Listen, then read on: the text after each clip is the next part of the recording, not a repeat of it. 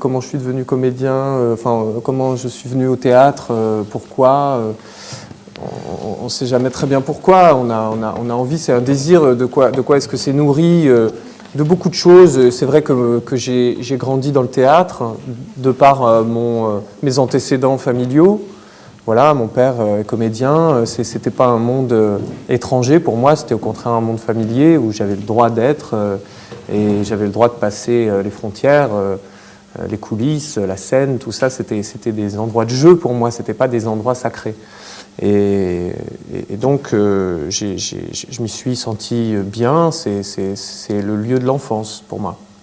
Et j'ai décidé de le retrouver, mais pas en ligne droite. J'ai fait des choses un peu détournées avant d'y retourner. J'ai fait des études notamment. Je ne me suis pas engagé directement dans la voie théâtrale, mais je savais qu'elle m'attendait et je voulais la retrouver après avoir fait un certain nombre de détours. Et ces détours, je crois que c'était des études littéraires et la musique notamment. Et puis je me suis retrouvé dans le théâtre au moment où j'ai eu envie de rassembler tout ça.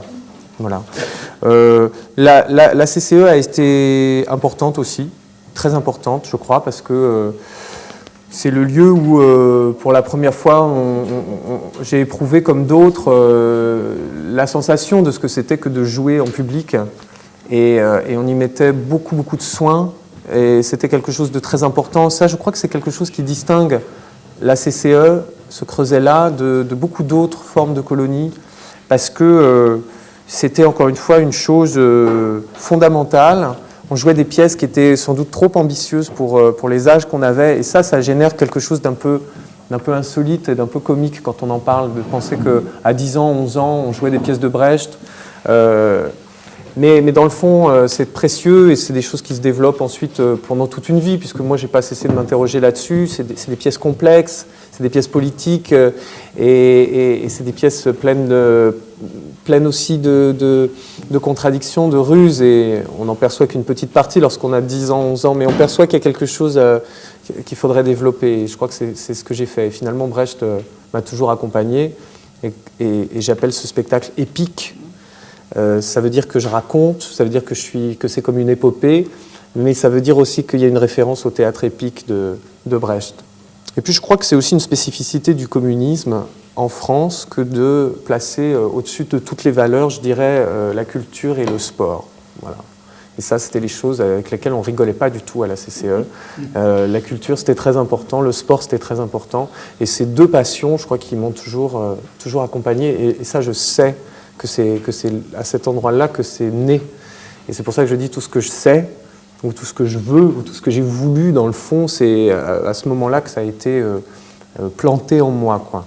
Ce que j'entends, et c'est pour ça que c'est important d'être là, sans doute, et d'en parler, c'est la perception des gens que vous êtes, à travers vous, tous les autres, ceux qui ont connu la CCE, ceux qui ont fondé ou qui ont adhéré à l'UJRE, à ces associations. Dans le fond, je savais qu'on se rencontrerait, je savais qu'il y aurait cet événement. Je n'ai pas écrit ni joué ce spectacle pour ça, pour que cet événement soit, disons, le point culminant du spectacle, c'est vrai, mais c'était quelque chose d'un peu à part pour moi. Je me demandais vraiment comment ça se passerait. Voilà. Lorsque je l'ai écrit, vous tous ces gens, dont je connais certains, mais dans le fond, pas tant que ça, je les ai sentis pencher au-dessus de mon épaule pour voir ce que j'écrivais. Et dans le fond, c'est la première fois que c'était le cas pour moi quand j'écris, et c'était très intimidant. Voilà. Donc j'ai eu du mal, j'ai eu des cas de conscience, j'ai eu un certain nombre je me suis senti surveillé, un peu observé, disons. Pas de manière hostile, mais de manière attentive. Et je me suis dit, il faut faire attention parce qu'il faut être à la hauteur de ça, de cette attente-là, de cette réception-là. Et dans le fond, j'ai été très touché par les retours, par les réactions autour de ce spectacle. Là, je parle vraiment du groupe que vous êtes, que nous sommes. Encore une fois, à qui le spectacle n'était pas dédié en priorité, puisque je témoigne d'une chose qui est peu connue, finalement, de l'ensemble de la population. Et je voulais en parler pour cette raison-là, parce que je crois que le théâtre, c'est aussi aborder des choses réelles, des choses vraies, mais qui sont des choses un peu rares aussi, un peu singulières, et c'est pour ça que j'en parle. C'est une histoire dans la grande histoire, dans l'histoire que tous ceux connaissent, que tout le monde connaît, et elle est très spécifique. Voilà, elle a cette qualité-là. Alors bon, pour ce qui nous concerne, j'ai été plutôt rassuré dans le fond, dans l'ensemble.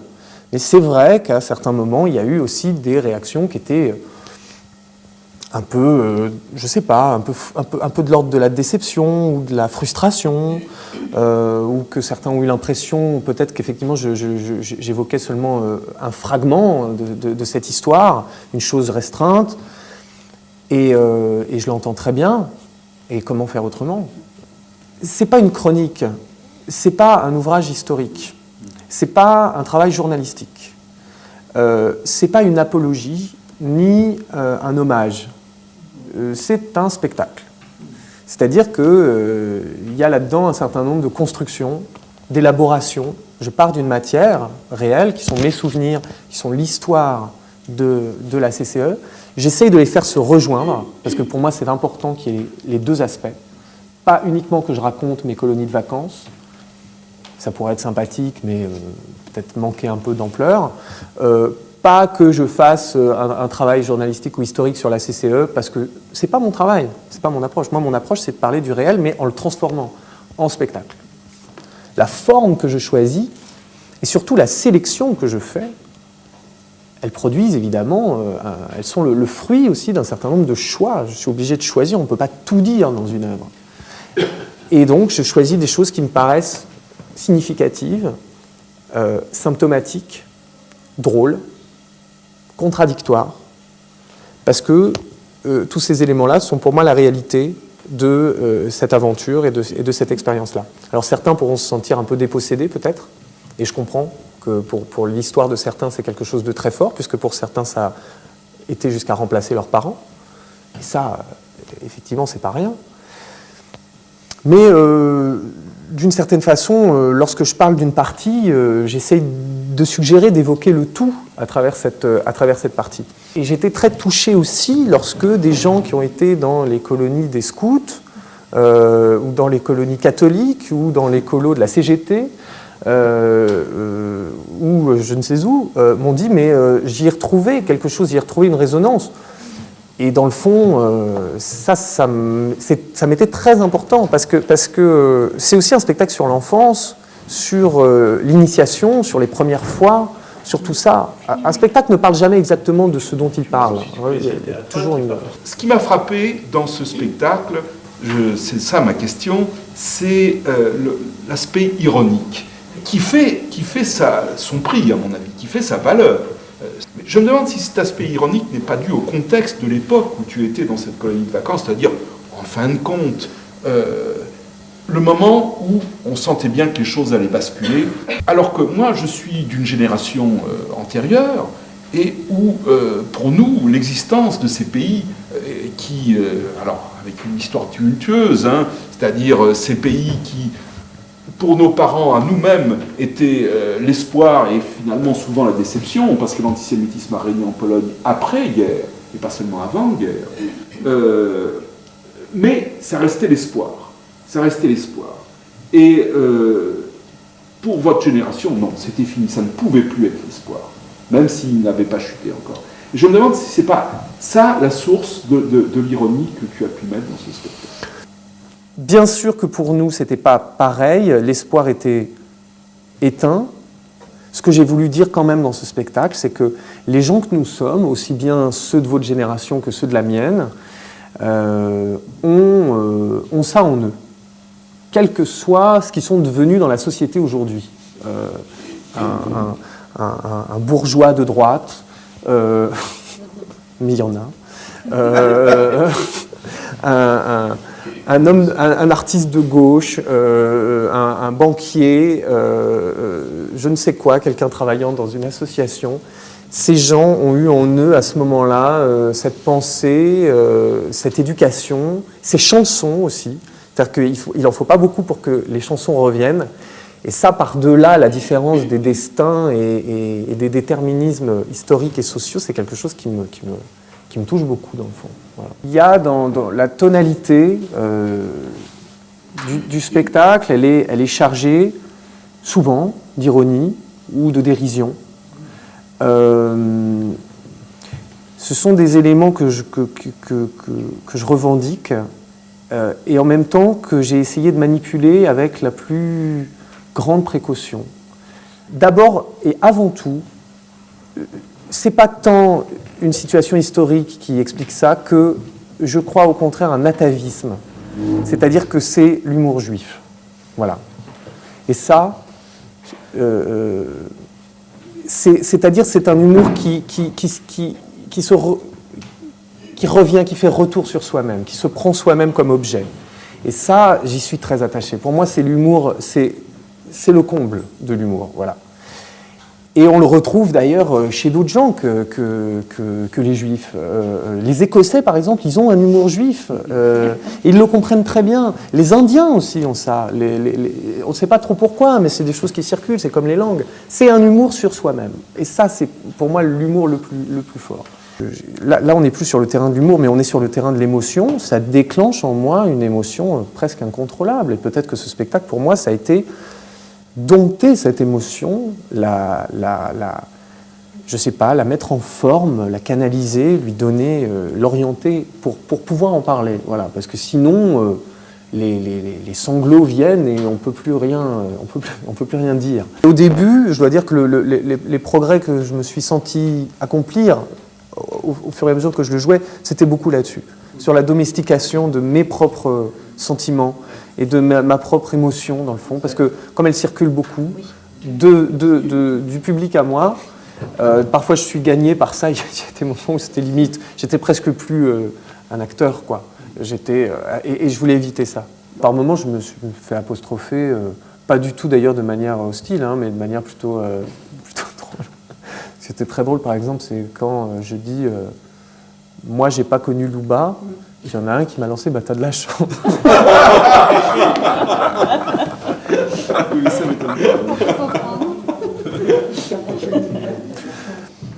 Moi, le fait d'être acteur, c'est pas mon expression hein, la plus courante dans le théâtre. Je le suis de manière très, très occasionnelle.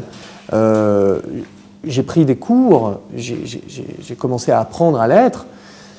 Mais ensuite, mon activité dans le théâtre, c'est écrire, mettre en scène, faire de la musique. Et acteur, très occasionnellement, et sur un registre finalement assez restreint, qui est celui-là, voire un ou deux autres, le plus souvent sur mes textes à moi. C'est pour moi, c'est parce que je sais que je peux le faire et je sais comment travailler pour le faire. Et aussi parce qu'il y a dedans des choses que j'attends des acteurs.